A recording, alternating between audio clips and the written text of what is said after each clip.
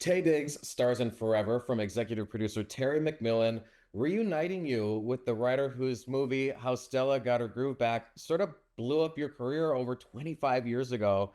How is that for a full circle moment?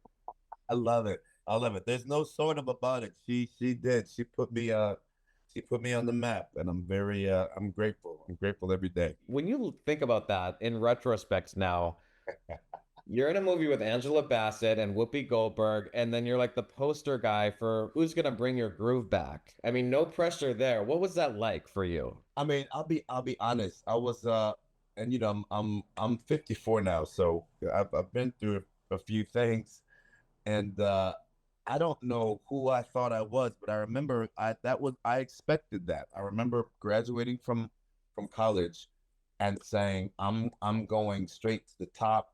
The clock is ticking. I remember when I got Rent, I was like, okay, I'm in Rent. When's the next movie coming? Like I had a schedule. So, as grateful as I was, I don't know where I got that confidence from because I know I don't have it. I don't have it anymore. You lost it. You got to get it. You need your own groove back. Exactly, exactly. But I'm grateful that I had it, and uh, like you said, it's full circle, and on the kind of the flip side, after having been kind of tossed around a bit, and married and divorced, and in great relationships, and some pretty horrible ones, I was able to use all of that and in this piece, and I was just telling somebody else a few minutes ago. I didn't know that I had some of that pain within me, and being an actor, as you can imagine, can be a double-edged sword. But this role was very ended up being very therapeutic for me. In Forever, you play Johnny Diggs is his name, and he's returning home after a tour of military service, and you play opposite Meagan Good, who plays Carly, a police officer. What could you relate to about that character, and what did you draw on to? I mean, this is an emotional role. 100%. One of the most emotional and like tumultuous stories I've ever had to play. And I'm an actor. I love what I do. I like to have fun. I enjoyed doing this film, but I'm not one of these you know which one is when you enjoy pain, sadistic or masochistic? Which one? I don't remember that either. We got to look it up. Yeah, I am not a sadist, masochistic. I don't know. I'm neither.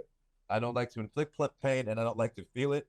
And I definitely had to feel it in this. So as freeing as it was, I did not enjoy the emotional scenes only because I was able to draw on just my own personal experiences. And whenever you have to bring up stuff that isn't unpleasant, stuff that isn't pleasant, it's never fun, but it was useful, and I'm grateful for that. I was able to pull on my life experiences. So um I guess that's kind of the positive side of having a life that's been lived. And Johnny is, I mean, he's such a good guy. He's ready to take care of these kids that aren't biologically his. He's a support system as Carly is for him.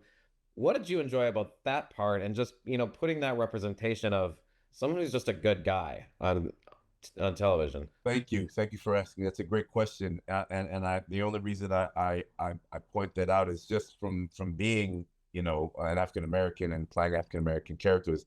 Very rarely do you see men and fathers portrayed in such a glowing manner, and that was wonderful. It also was just a character you know to whom I aspired. It was great.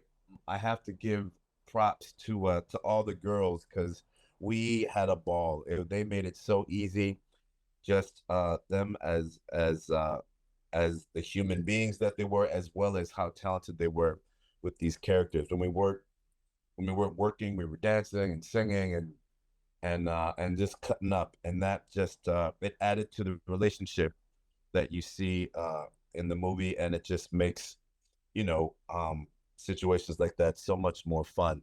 Meagan Good, who you worked with a little bit before, but what was that like to really reunite and have a full-on partnership with her? She's awesome, and I'm embarrassed because I'm single and being alone and not having to answer to anybody and doing what I want to do. And, that's really cool. But this she was so amazing, and the script was so great that it actually made me miss having a girlfriend.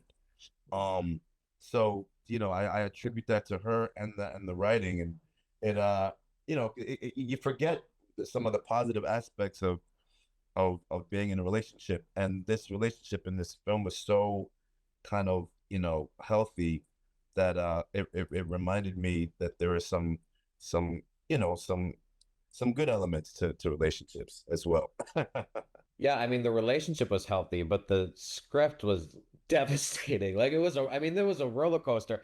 I mean, we see her get, you know, sick with cancer, and then that she recovers, and we're like, okay, everything's great. And then the rug just gets ripped right out from everyone. What was your reaction to the script? Because it was shocking to watch as a viewer. I was like, what is going on? That's why I had to do it. I'm not attracted to roles like that, but this one was such a roller coaster, and I was like, I have to do this. I'm not gonna do it again.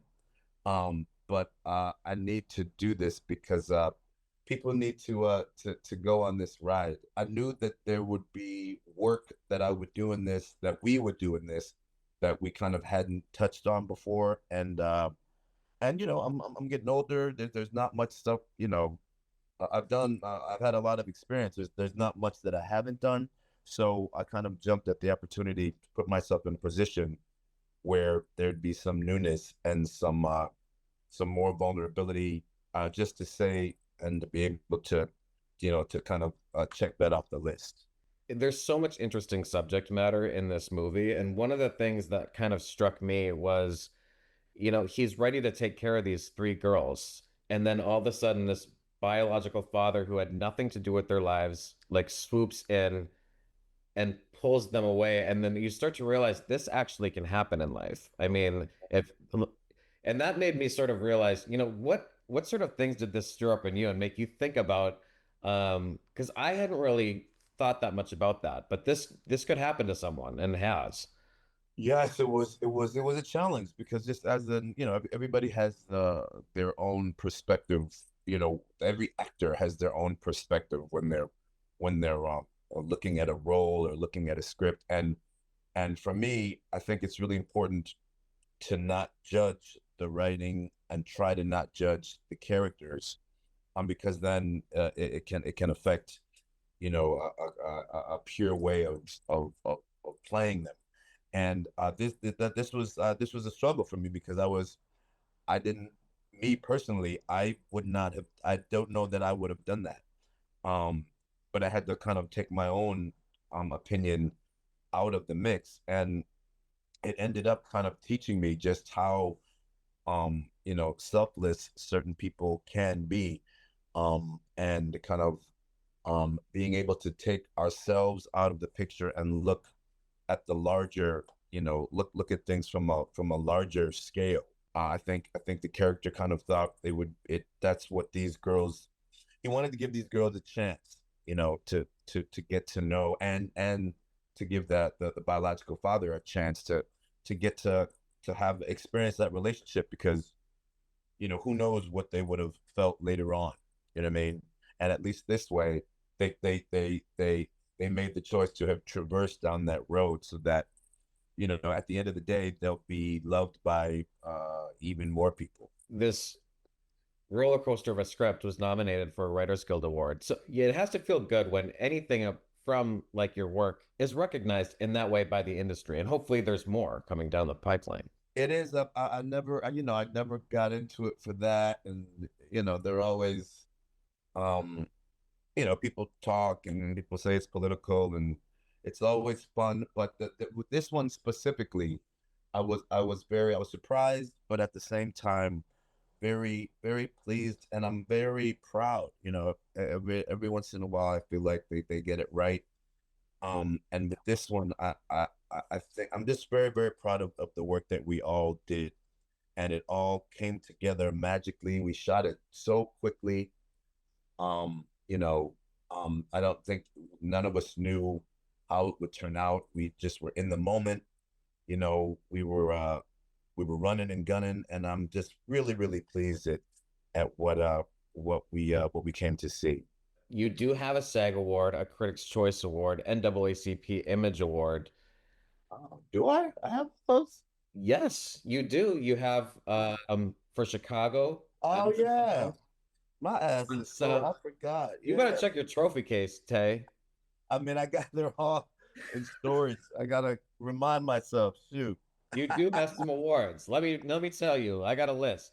But I want to know, just because I mean, we talk a lot about awards on our website. What is the first award you ever won in life for anything? You like doesn't have to be for entertainment.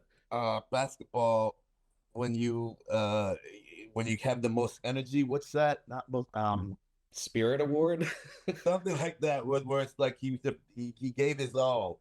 I got that in seventh grade basketball on the B team. on the B team. The B team. There's an A team where it was all the like, the 6'4", and then there was the B team where the kids that were athletic, but they were just too short to be on the main squad. And what is next for Tay Diggs? Where are we gonna see you? Oh, Broadway. I'm gonna be on I'm gonna do Moulin Rouge. Very excited for that. Petrified. Haven't been on stage in a while, but they've agreed to let me set foot back on those boards. So I go into rehearsals late June. Just started my voice lessons yesterday. So yeah, I'm excited. I've seen that show like 8 times. I've been a fan of it, and I'm very much looking forward to joining that cast. And you still get nervous to be, I mean, you've been on a lot of projects. 100%. What if you knew, like right before I step on stage, the thought of why did I decide to do this will be in my head, and I'll have to throw it out. And then once I get out there, I'm cool. But right before, oh my Lord, yeah. Uh-huh. And that doesn't go away.